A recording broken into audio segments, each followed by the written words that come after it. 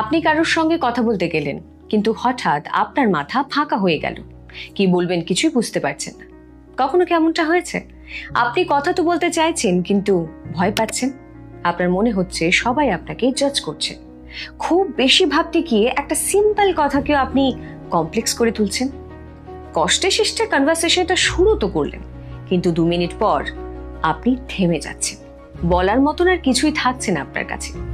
এই সমস্যাগুলোর মধ্যে একটি সমস্যাতেও যদি আপনি ভুগে থাকেন, তাহলে আমাকে কমেন্ট বক্সে জানান।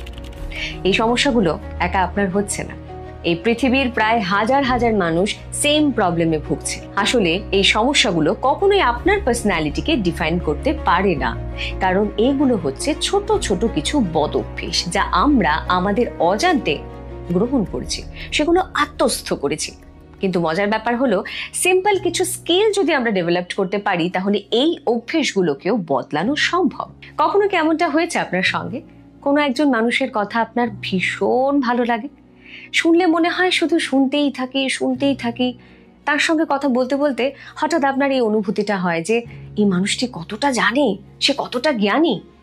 অথচ সেই একই জ্ঞান হয়তো আপনার ভেতরেও রয়েছে, কিন্তু আপনি ঠিকঠাক ভাবে এক্সিকিউট করতে পারছেন না। আপনার জ্ঞানের বহিঃপ্রকাশ হচ্ছে না, কারণ আপনি কথাটা গুছিয়ে বলতে পারছেন না। আর এই জায়গাতেই দ্বিতীয় ব্যক্তিটি আপনার থেকে এক ধাপ এগিয়ে আছে, কারণ তার কমিউনিকেশন স্কিল আপনার থেকে অনেকটাই বেটার। আজকের এই ভিডিওতে এমনই কিছু সিম্পল স্মার্ট কমিউনিকেশন স্কিল নিয়ে আলোচনা করব, যেটা অ্যাপ্লাই করলে আপনি আপনার কমিউনিকেশন স্কিল অনেকটাই ডেভেলপ করতে পারবেন। আপনাদের মধ্যে অনেকেই এই ভিডিওটি করার জন্য আমাকে অনুরোধ করেছিলেন, তাই আজকে আমি আমার অভিজ্ঞতা আপনাদের সঙ্গে এই ভিডিওর মাধ্যমে শেয়ার করব। এতটা বছর আমি আমার কমিউনিকেশন স্কিল ঠিক কিভাবে ডেভেলপ করলাম, সেটাই আজ আপনাদের সঙ্গে ভাগ করে দেওয়া। তাহলে শুরু করা যাক আজকের এই ভিডিও।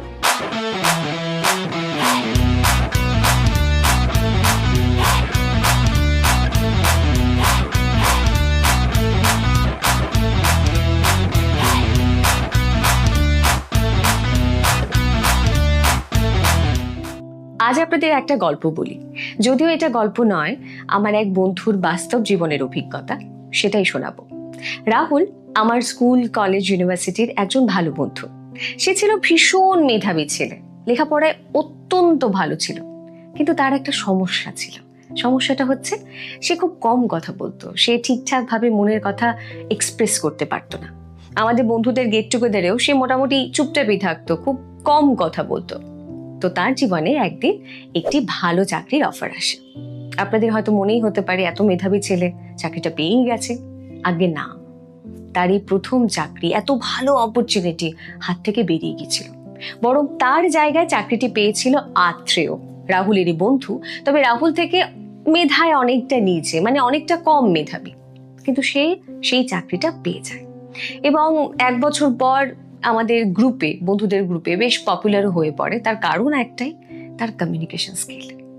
এখানেই রাহুল থেকে আত্রেয় ফার বেটার, কারণ রাহুলের কমিউনিকেশন স্কিলটা ছিল দুর্বল, যার কারণে সে চাকরিটা পেল না। আর আত্রেয় সেই সুযোগটাকেই লুফে নিয়েছিল জাস্ট বিকজ তার কমিউনিকেশন স্কিলের কারণে। রাহুলের মতন এই সমস্যায় আমরা প্রত্যেকেই ভুগেছি কিংবা ভুগছি। তাই আজ কমিউনিকেশন স্কিল ডেভেলপ করার মতন 5টি স্কিল আপনাদের সঙ্গে শেয়ার করব। আর আজকের এই ভিডিওর একদম শেষে থাকছে আমার তরফ থেকে একটি সিক্রেট বোনাস। সো আশা করছি আপনারা শেষ অবধি এই ভিডিওটি দেখবেন। আজকাল আমরা কথা বলতে বেশি ভালোবাসি, শুনতে খুব একটা পছন্দ করি না। তাছাড়া দিনের পর দিন শোনার ধৈর্যটাও কমে যাচ্ছে। তবে কি জানেন তো, স্মার্টলি কথা বলতে গেলে আগে অ্যাক্টিভ লিসেনার হতে হয়। আর এটাই হলো আমাদের আজকের প্রথম স্কিল। তার মানে কথা কম বলা, শোনা বেশি। আমার একজন রিলেটিভ আছে, জানেন তো, ভীষণ ভালো কথা বলেন। ওনার কথা শুনে সবাই মন্ত্রমুগ্ধ হয়ে যায়। একদিন আমি ওনাকে জিজ্ঞাসা করলাম, আচ্ছা আপনার সিক্রেটটা কি?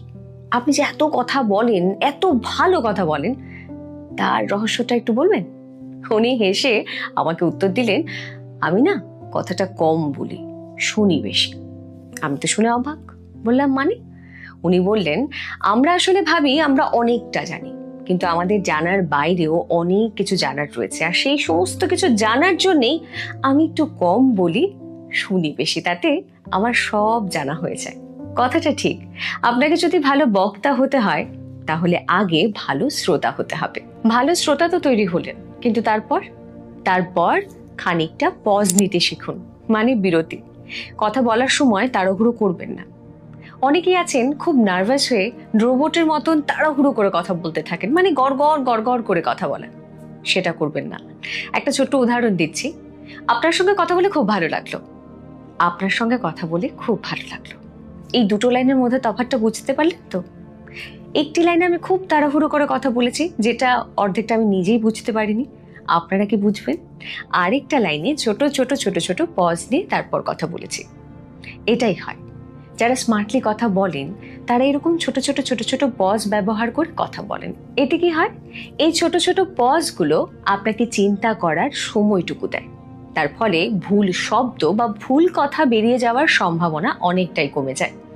আর তারই সঙ্গে আপনার কথার ওজনটাও কিন্তু বাড়ে। তাই সেই কারণে চেষ্টা করবেন কথার মাঝখানে ছোট ছোট পজ নিতে। আর হ্যাঁ, একটা বোনাস টিপস দিয়ে রাখছি, কথা বলার সময় একটুখানি ভয়েসটা লো করে কথা বলবেন। এতে বেশ একটা গাম্ভীর্য ব্যাপার চলে আসে সবার কাছে, আপনার সে কথা বেশ গ্রহণযোগ্য হবে। হ্যাঁ জানি ভিডিওটা একটু লম্বা হচ্ছে, তবে ভিডিওটা অত্যন্ত গুরুত্বপূর্ণ। লম্বা হলেও শেষ অবধি দেখার চেষ্টা করবেন। কথা বলার মাঝখানে পজ নেওয়ার পাশাপাশি আরো একটা বিষয় শিখতে হয়, সেটা হলো কারোর সঙ্গে কথা বলতে গেলে তাকে ওপেন এন্ডেড প্রশ্ন করতে হয়। যেমন ধরুন, আপনি কারোর সঙ্গে লিফটে রয়েছেন, আপনি তাকে প্রশ্ন করছেন, কেমন আছেন? সে উত্তর দিল, ভালো আছি। ব্যাস, শেষ। পুরো লিফট জুড়ে একটা অস্বস্তিকর নীরবতা। কারো মুখে আর কোনো প্রশ্ন নেই, কোনো উত্তর নেই, কোনো কথা নেই। এই কেমন আছি প্রশ্নের পরিবর্তে আপনি কিন্তু তাকে প্রশ্ন করতে পারেন, আচ্ছা আজ আপনার দিনটা কেমন গেছে? কিংবা প্রশ্ন করতে পারেন, আপনি যে কাজটা শুরু করেছেন এটা ঠিক কিভাবে শুরু করলেন?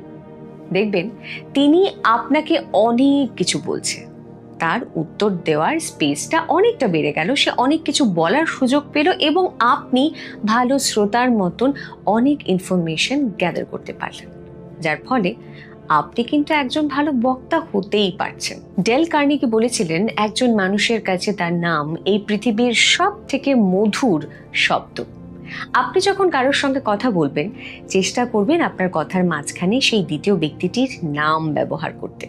যেমন ধরুন, অপু, আপনার আইডিয়াটি দারুণ লেগেছে, কিংবা সিমরান, নাচ তোমাকে দেখতে অসাধারণ লাগছে, বাহ শ্যাম, তোমার এই কথা আমার আজীবন মনে থাকবে। আপনি যদি কারোর সঙ্গে কথা বলতে গিয়ে তার নাম বারবার ব্যবহার করেন আপনার কথার মাঝখানে, তাহলে সেই ব্যক্তিটি আপনার প্রতি আর একটু ইন্টারেস্টেড হবে, আপনার কথার প্রতি, আপনার অ্যাপ্রোচের প্রতি, আপনার বডি ল্যাঙ্গুয়েজের প্রতি আর একটু বেশি অ্যাট্রাক্টেড হবে। আর যত সে আপনার কথার প্রেমে পড়বে, আপনি কিন্তু তত ভালো বক্তা হবেন। তাছাড়া অনেক সময় দেখবেন, আমরা যখন কোনো অফিসে ইন্টারভিউ দিতে যাই, বা ধরুন কোথাও চাকরি করছি, সেই অফিসের একটা গেট টুগেদার রয়েছে বা কোনো সোশ্যাল ইভেন্ট রয়েছে, সেখানে আমরা গেছি এবং সেখানে গিয়ে একটা কমন সমস্যা সবার মধ্যে লক্ষ্য করা যায়, এই দুটো হাতকে নিয়ে আমরা বড় ঝামেলায় পড়ি। ছেলেরা পকেটে হাত রেখে কথা বলে, আর মেয়েরা এইভাবে এইভাবে থেকে কথা বলার চেষ্টা করেন। জানি একটু নার্ভাসনেসের কারণে এটা হয়, কিন্তু এই দুটো কাজ করাই বন্ধ করতে হবে। আপনাকে আপনার কথা বোঝানোর জন্য এই দুটো হাতকে ব্যবহার করতে হবে। তারই সঙ্গে কথা বলার সময় একটা হালকা স্মাইল মুখে রাখতে হবে। এই ছোট ছোট বিষয়গুলো আপনাকে আরো বেশি অ্যাপ্রোচেবল করে তুলবে। অনেক সময় আমরা ভাবি স্মার্ট হতে গেলে হয়তো আমাদের নিখুঁত হতে হবে, অথচ এই ব্যাপারটা একদম ভুল। বরং এই বিষয়টা একটু উল্টো। যে সমস্ত মানুষ তাদের ছোট ছোট ভুল বা বোকামোগুলোতে হাসতে পারে, মানুষ কিন্তু তাদেরই সবচেয়ে বেশি আত্মবিশ্বাসী বলে মেনে নেয়।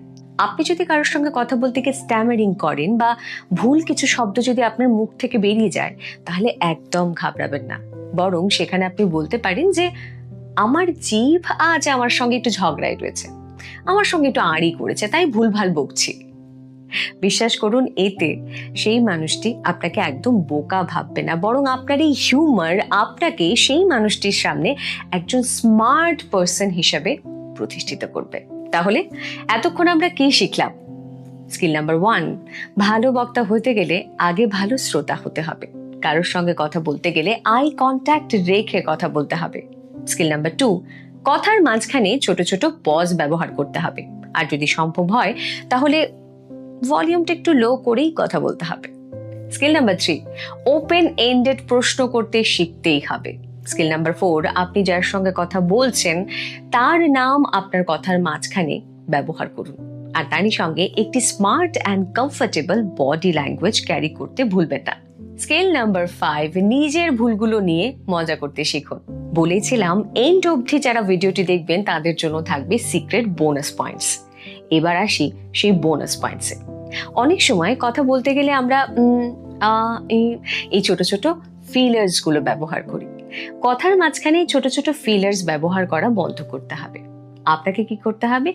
আপনার শব্দ ভান্ডার বাড়াতে হবে। অ্যাকচুয়ালি আমরা যখন এই ফিলার্স গুলো ব্যবহার করি, শব্দের অভাবেই এই ফিলার্স গুলো ব্যবহার করা হয়। আপনার কাছে যখন শব্দ ভান্ডার থাকবে, আপনি তখন আপনার মনের ভাব স্পষ্টভাবে ব্যক্ত করতে পারবেন। তার জন্য আপনি যে কোনো ভাষাতে কথা বলুন না কেন, সেই ভাষা সম্পর্কে আপনার ধারণাটা ক্লিয়ার হতে হবে। আপনি ভালো ভালো বই পড়তে পারেন, নিউজ পেপার পড়তে পারেন, ইন্টারভিউজ দেখতে পারেন, বা ধরুন যে বক্তা যার কথা আপনার খুব ভালো লাগে তাকে আপনি ফলো করতে পারেন, তার থেকে ইন্সপায়ার্ড হতে পারেন। এই ছোট ছোট ব্যবহারগুলো বা এই ছোট ছোট অভ্যেসগুলো যদি আমরা বদলাতে পারি, তাহলে অফকোর্স ইয়েস, আমরা আমাদের স্কিল কমিউনিকেশনের দিক থেকে অনেকটা বেটার করতে পারবো। আজকের মতন ভিডিও এন্ড করার সময় চলে এসেছে। কেমন লাগলো আজকের ভিডিও জানাতে ভুলবেন না। আর তারই সঙ্গে এতগুলো স্কিলের মাঝখানে আপনার কোন স্কিলটি বেশি পছন্দ হয়েছে সেটাও কিন্তু আমাকে লিখে পাঠাবেন। আর হ্যাঁ, অফকোর্স আপনাদের যদি কোনো সাজেশন থাকে সেটাও খোলা মনে আমাকে জানান। তাহলে পরের ভিডিওতে দেখা হচ্ছে।